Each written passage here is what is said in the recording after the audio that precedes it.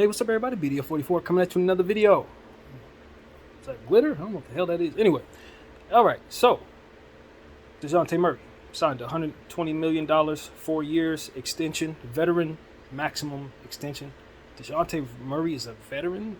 Anyway, that's what he signed today with the Atlanta Hawks by way of Clutch Sports and Rich Paul. I thought that was telling us that he had signed with Clutch Sports initially. I'm like, I thought he was already there, and he is. And they got him paid, just like they do. Add that to Bron's list of people that he and his people got paid, man. He told y'all don't like him. How y'all don't like the Clutch people? Y'all, they getting paid out here, man. Everybody that signed on with Clutch is getting a bag. So I think that's what's missing right now from Dame's situation. I don't believe he's on with Clutch. If he were, it's probably already be done, to be honest with you. But yeah, that's the kind of situation that you just expect. You know, when Fred VanVleet signed with Clutch last year, we knew it wouldn't be long before he got a bag somewhere. You know, Anthony Davis, when he signed with Clutch, we knew it wouldn't be long before he ended up a Laker. Certain things are just like, they kind of run the game right now. And here it is. Yet another big name getting a big bag. So I think it's a good contract. 30 a year for DeJounte Murray is good. It really is. I think he's exactly that. I think that's value for him. And if you're Atlanta, you feel good because that's more or less a pay cut. You figured you already got Trae Young on board. You got all these contracts that are so rough on you.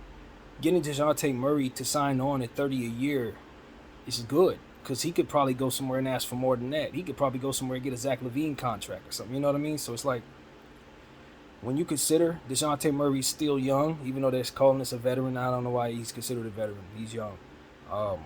In fact, I consider him a player who hasn't even reached his prime yet. That's why that's so weird. But nevertheless, yeah, he's in the mix, getting his money, and I think he gave not only the Hawks a discount, but I think if for some reason the Hawks trade him, he's going to be a player who's going to be welcome in the locker room and all these different things for not eating up so much of the cap, as we say. He's not taking a massive pay cut per se, but he's taking good enough of a pay cut to where you could totally build around that contract. So that's what I like about DeJounte Murray. I wouldn't mind if my Lakers go ahead and try to get that contract now. That would be a good idea. But no, I'm kidding. Actually, I'm not. But I don't think they would actually do that, nor do I think they're looking in his direction. But if they are, it would be a good acquisition to get that contract. Not kidding. Anyway, point is, the Hawks got him on for a good amount, and I would try to hold on to him for the next 4 years and maybe move Trae Young. Worst contract. You know, Trae Young, is he a better player than DeJounte? A little bit. You know what I mean? It's that kind of thing. So it's like, I don't think I need both of them. And I got one of them on a discount.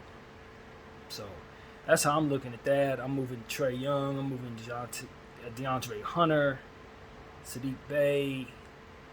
Yeah, I'm moving those contracts. They're up out of here. And I think I can get a nice return for them dudes, too. I sure can. They're not devoid of value at all. So, yeah, that's kind of how I envision that whole situation, even though they're probably not going to make those type of moves. At the end of the day, the Hawks have options because they do have some good assets and some covetable players, and they overlap on their roster, so they probably should be looking to move them any damn way. Even though they moved Collins, they still have more issues at the small forward position that they need to address, in my humble opinion. And now that they've signed DeJounte Murray, still got to consider that Kobe Buffkin really is a lead guard. And the path to him having a starting job doesn't even exist. For me, in situations like this, I would rather a guy prove that he's a career backup than to thrust him into that on draft day. You understand what I'm saying? If I believe a guy's upside is only a bench player, that's one thing. But a guy like Buffkin was drafted to be particularly talented in multiple areas that really help a basketball team. He probably should have his own situation. Sort of like what Jalen Hood-Schifino has.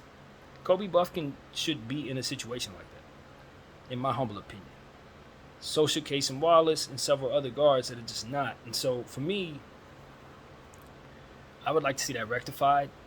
I know Atlanta likes that player a lot, but I've already said this once and I'll say it again. I just want some of those lead guards to be free from those situations. It ain't specific to wherever they at. I would say the same thing if they was on my team. I just want guys who need the point guard position to themselves, more or less have it to themselves. Especially if they're supposed to be drafted as people who can, in theory, develop into that. If there's no path to that, that's a problem. Now, I can see if a guy's behind Chris Paul and Steph Curry, that's like, it's going to take some time, but eventually that time will come. Give him a couple years, he'll be able to usurp him. In theory, not Steph Curry necessarily, but Chris Paul is probably a better example of that. But, a guy that's young, like Trae Young, that's to where you can look up 4 years from now and all he's going to do is sign another max contract. That's not a path that Kobe Buffkin wants to be on. Nah. And he can't showcase himself to be any better than a backup, so he's just going to get typecast as a backup probably for the rest of his career if he stays in that role too damn long to start his career. I don't like it. I don't like it at all. And so that's what I just want to say. Maybe he don't have to pay out that way. Maybe he proves himself to be better than Trae Young. And then Trae Young ends up getting benched. Anybody see that path even possible? Even if he is better? Probably not, based on how much they've paid Trae already. So that type of stuff is just like, yeah, no. And I don't know if there should be a rule in place per se, because that's like the wrong way to go, I think. But if you're logjam, you should be moving on from certain pieces that otherwise make you logjam, especially with young players that have yet to develop. I really believe that, man.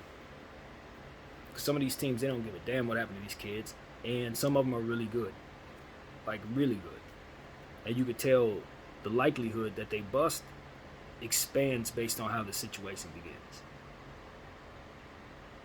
So that's how I'm looking at that. One could have said the same thing about Kobe and Eddie Jones and Nick Van Exel and all those guys. They ended up moving Eddie Jones and Nick Van Exel so that Kobe could have his spot.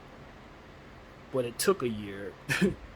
It cost Kobe arguably an opportunity at a Rookie of the Year because he never got off the bench his rookie season.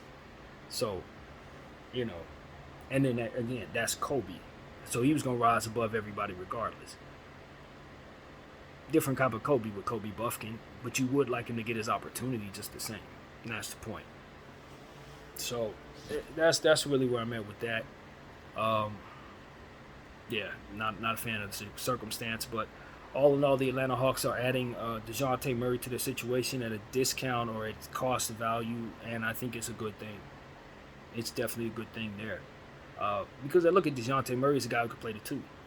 So if for some reason Buffkin rises to the occasion, DeJounte Murray just slips to the two comfortably. I don't think Trae Young necessarily slips to the two comfortably. Plus DeJounte has defensive intangibles and stuff like that that makes him fantastic on both sides. Trae,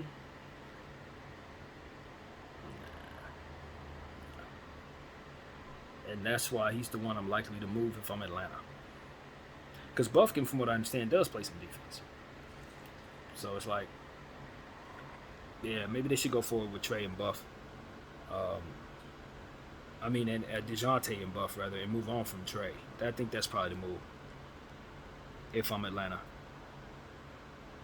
And then I move on from Capella, if at all possible. I don't know if he has a whole lot of value right now, but given that certain teams need centers, Golden State, Lakers, I'm sure I can find somebody to take Capella. Yeah, I think Atlanta needs to do some addition by subtraction. I don't know if they want to move on from Hunter or not. I'm a believer in Hunter. I like Johnson. Maybe you move on from Griffin, possibly. Send Griffin over there to Milwaukee. It's to where, I think it's his pops, right? Whoever that would be to him, I know that's his kin for certain. I think it's his pops. Send him over there. Since Griffin is a coach there, Griffin should be a player there. It seems right to me. Trade him there. Milwaukee needs the talent anyway. So that's honestly what I think is.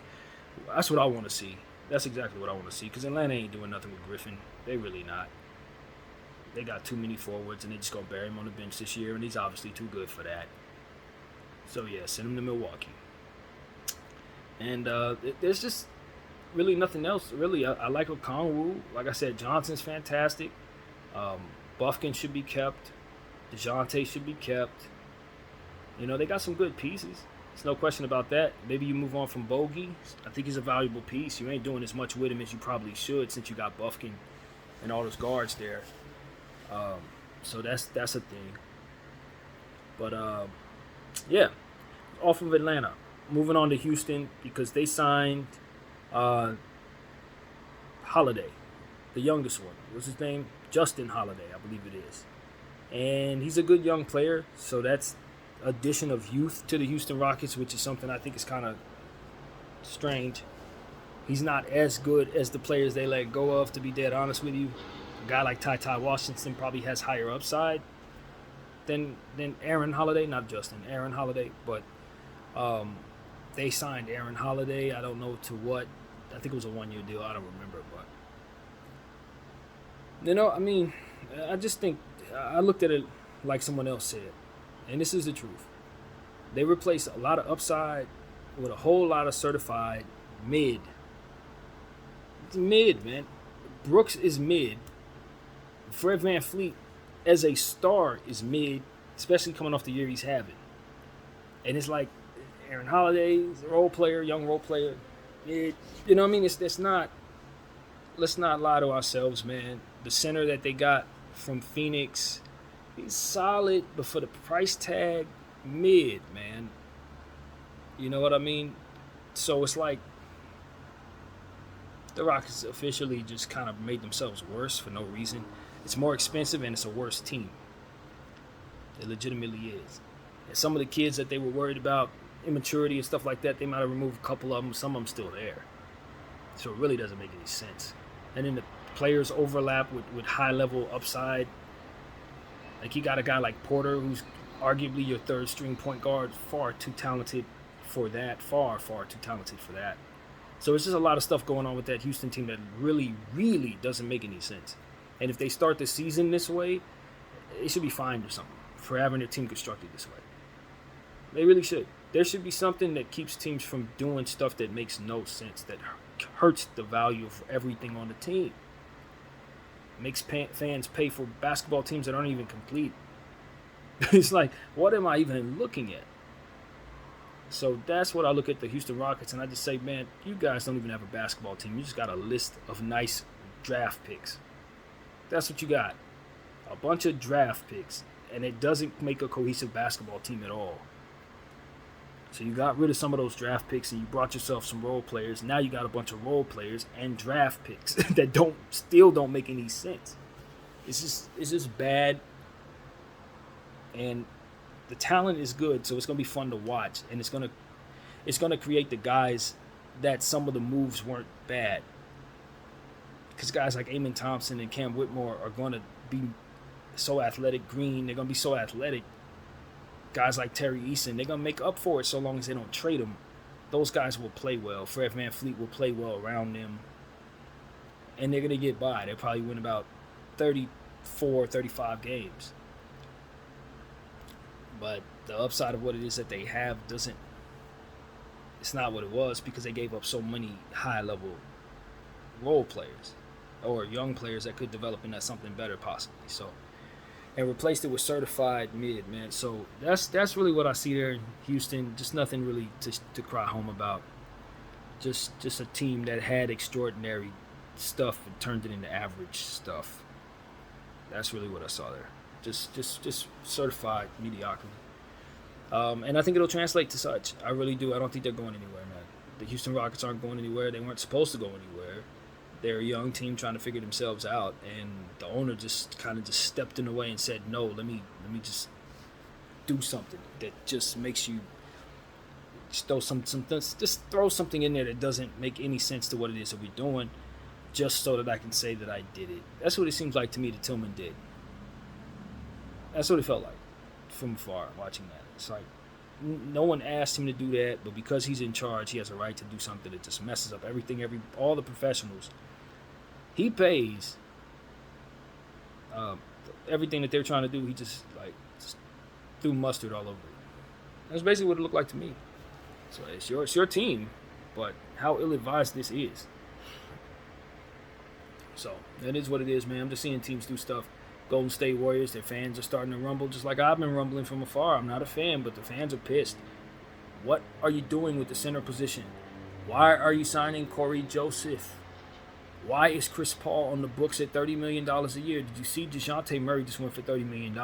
What the hell is Chris Paul doing in your book for $30 million a year, fam? Do you know how irresponsible that is?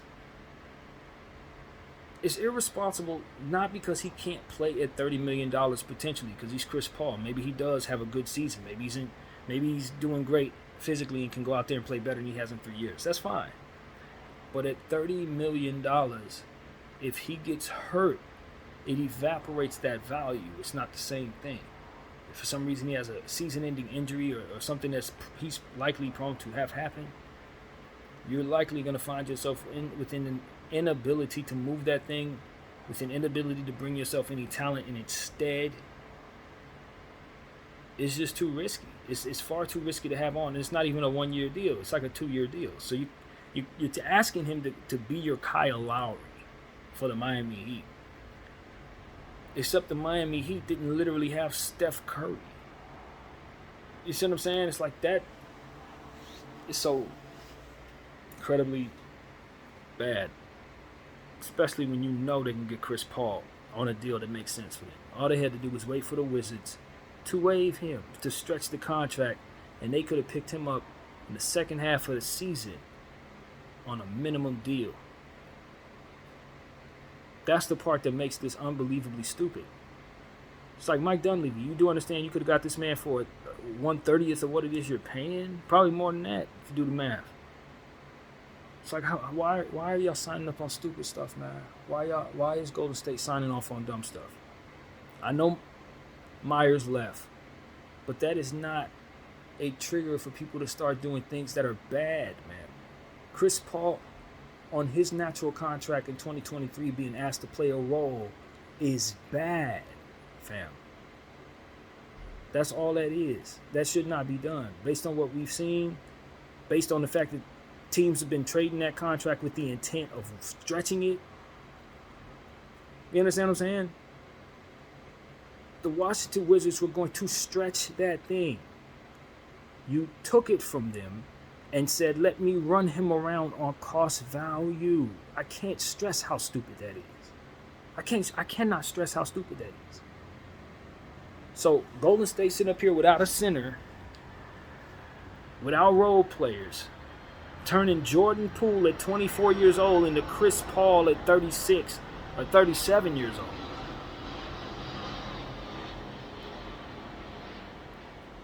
I'm telling you, man, I can't wrap my head around it. It has to be another move coming that will allow them to either stretch him or send him to another team that will.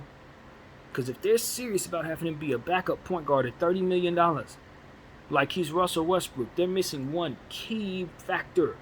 One key factor. Russell Westbrook can make it through an 82-game season without injury. Chris Paul can't do that. You cannot have him playing at $30 million a year anymore, NBA. That cannot happen. That cannot happen, y'all. But I'm telling you, he gets hurt, and all of that money that you didn't spend on other players is going to be missing on that court. Regardless if he plays well or doesn't. Regardless if he's healthy or not. That is $30 million worth of players they need to be a championship level team, and they got it in one player who's not expected to play more than 40 games. Like, I just need that to be understood, man. Because ain't nothing intelligent about that acquisition. Not if they don't plan on stretching it. And so the media ain't going to kill it like it's supposed to be killed. I will. This should not happen. People talk about malpractice. Yeah, literally. When you consider how little those old dudes are going to be running out there with. Hell yeah. And all of them making all that money. What? And this is the logic that I think the Golden State Warriors are working with, which is why I know people need to get up out of there. Because Draymond is a certain age making that kind of money. Steph Curry's a certain age making that kind of money. Klay Thompson's that age making that kind of money. So Chris Paul's that age making that kind of money. It's like that. That looks like how they're looking at this, and that is not how they're supposed to be looking at this at all. That is not the way the market's going to react to them in regards to that. That's not what that actually is. Why? Because you've kept those players at that value the entire time. We've never seen their value drop. Chris Paul, last year, we saw exactly what he has left. In Phoenix, he didn't even hardly start. He wasn't even there. That's all there is to, like, years and years and years of this. And it's like, yo, y'all can't tell? And I know the Wizards sitting up there like, wow, the Golden State Warriors really can't tell, huh? Like, this is craziness. And to think they turned that contract, for which they were supposed to get nothing for, into a young player to restart their rebuild. That's how stupid this was for the Golden State Warriors. They just gave a fresh new team, a fresh young talented player. I mean, just a stimulus package for the Warriors to take back a contract that they were supposed to have to pay increments into over the next God knows how many years to stretch it. They're like, nah, don't worry about that. We have a role for this guy. You don't want to wait till we finish stretching? No, we want to absorb $30 million on a guy that we could pay $1 million for. Like, that's what we want, says Mike Dunleavy Jr. I'm like, man, these people, this is about to be a repeat of the Golden State Warriors I grew up on if these people stay on board doing what they're doing.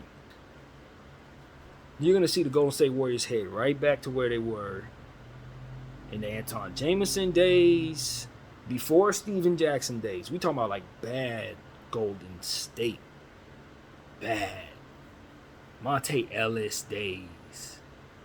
They wasn't winning very much, man. It was bad. That's where they're headed. Because of the stupid stuff they've been doing and letting go of young talent and bringing in old guys at full price. Just tanking their situation. You can see it from a mile away. Tanking hard. But not in a way that's going to reset their situation, but in a way that's going to step them into just in mediocrity and just force Steph Curry to leave. Just force him out of there. I see it coming. I'm telling you right now, if he don't retire prematurely, he's going to go down with the ship. They're going to Dame Lillard that man. I'm telling you, I can see it with the moves they're making. It ain't right. These moves are bad. These are bad moves, man. So I'm just trying to warn people with GS Dub, you are in crisis. You are in absolute crisis. If my indicators are on properly, if they working properly, y'all about to have a horrible era because of Mike Dunleavy Jr. and some of the stuff that they are doing and not doing this season. It's about to get bad. So I'm just trying to warn people, man.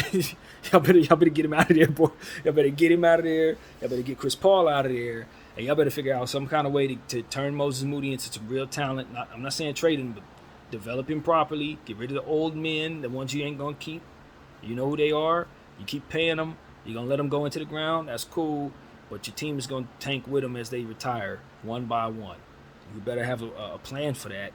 Get rid of Wiggins while he still has high value before he starts to dip the other way. You need to do that now, especially if you're going to let everything else dip the other way. You better move Wiggins. I'm telling you, these are moves that are going to help the Golden State Warriors not fall into the black hole that it looks like they're going to fall into, where they're leaning on old guys to make it through an 82-game schedule. They get hurt and their team is exposed for how bad it really is. It's coming. They couldn't win a game on the road last year, and they got worse. It's coming. Just letting people know. Don't be upset when you see it. And they ain't been drafting well, so if you happen to have another good year, meaning if you happen to suck this year and you get a good pick, does not necessarily mean that you're going to end up getting the best talent of next year, because y'all ain't even doing right with Wiseman. Y'all ain't do right with Kuminga. Y'all ain't did right with none of them young players. This is what we talk about every day. Salute the Kobe minute. This is what we talk about every single day, y'all. But the Golden State Warriors are doing things the wrong way. They're real comfortable with their last championship. They think they can keep on running these players. without developing the young players around them. I'm telling you, you're going to watch LeBron James hoist another trophy over your head. Golden State, I see that coming. I'm a Laker fan, and I'm telling you, it's a lot of teams out here that are not better than the LA Lakers because of how they're constructed and because of the moves they're not making, thinking that they're going to be as good as they used to be. You're not. You're not going to be as good as you used to be. You know what I see? A bunch of young, springy, vibrant, high-level, ascending talent propped up all over the Western Conference. All over the Western Conference. Teams coming, and then you see the old man teams trying to keep it alive. Minnesota, Phoenix, Clippers. I'm telling you, I'm not adding the Lakers to that. We got two old guys surrounded by young talent, surrounded by ascending value assets. That's what the Lakers have put themselves in a position to have. We are not like y'all. We ain't like Bulls. None of y'all. No, Milwaukee. None of y'all. We ain't like y'all. Because we've done it the right way this time after years of doing it the wrong way. And so I'm proud of my squad. As I sit here bashing y'all squad, let me tell y'all, I'm proud of mine. Just so happen to be. Don't always be that way. And those who follow me know that. But we're the ones doing things the right way at this point, in my humble opinion. And hopefully it translates to us being on the top of the mountaintop because we deserve to be there. Based on that. So hopefully AD and Bron can have can benefit from the immense amount of youth and depth around them. I don't really know if I can call it depth because guys got to prove themselves on that LA team. But the youth is plentiful. That's the point. There should be plenty of bodies to throw down there and get a cohesive basketball game going so long as they can learn how to play together. And so that's what all these teams need. Instead of relying on these old guys and dudes that are run down, asking them to do the impossible, asking them to keep being that guy they've been for the last 15 years. Stop it. Relying on each other now, it's even worse when they do that. No. So this Golden State thing, that's gonna crash and burn. That's ugly. That's real ugly.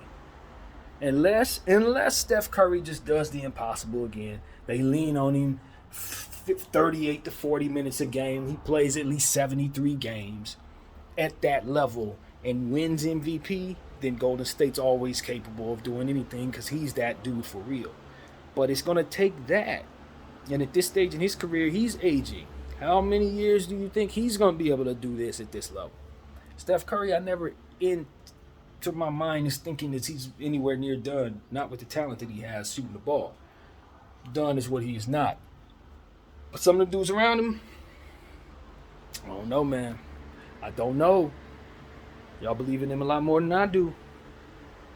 I'm enjoying Podziemski though. I'm enjoying, the influx of the new talent so long as they develop them. But losing DiVincenzo, you know what I'm saying? They've been losing people. They've been losing. I've said enough. GSW will see what I'm talking about when the season starts. They obviously not happy right now. The fans, I don't blame them. I feel the same way. Where's Bol going? That'll make a lot of people happy. If he goes to Golden State, I'm pretty sure that'll turn their whole offseason around. He goes to the Lakers, that'll complete our thing. We'll be talking about champions. He goes to Phoenix, same thing. Bol is, believe it or not, the guy that I think really people are waiting on. I know Christian Wood's out there, PJ Washington. Those close players are good, so long as you know what their limitations are, etc. But Bol's the dude that we know. We all know the upside is immense. Whether you want to be a believer or not, if he ever puts it together, it's over. It's deeply, deeply over. So it's one of them situations where it's like, do you feel that way about PJ? Nah. Do I feel a bit that way about Christian Wood? No, not anymore. So that's why I'm telling everybody that Bol is he's the guy on the market that every team should be after right now.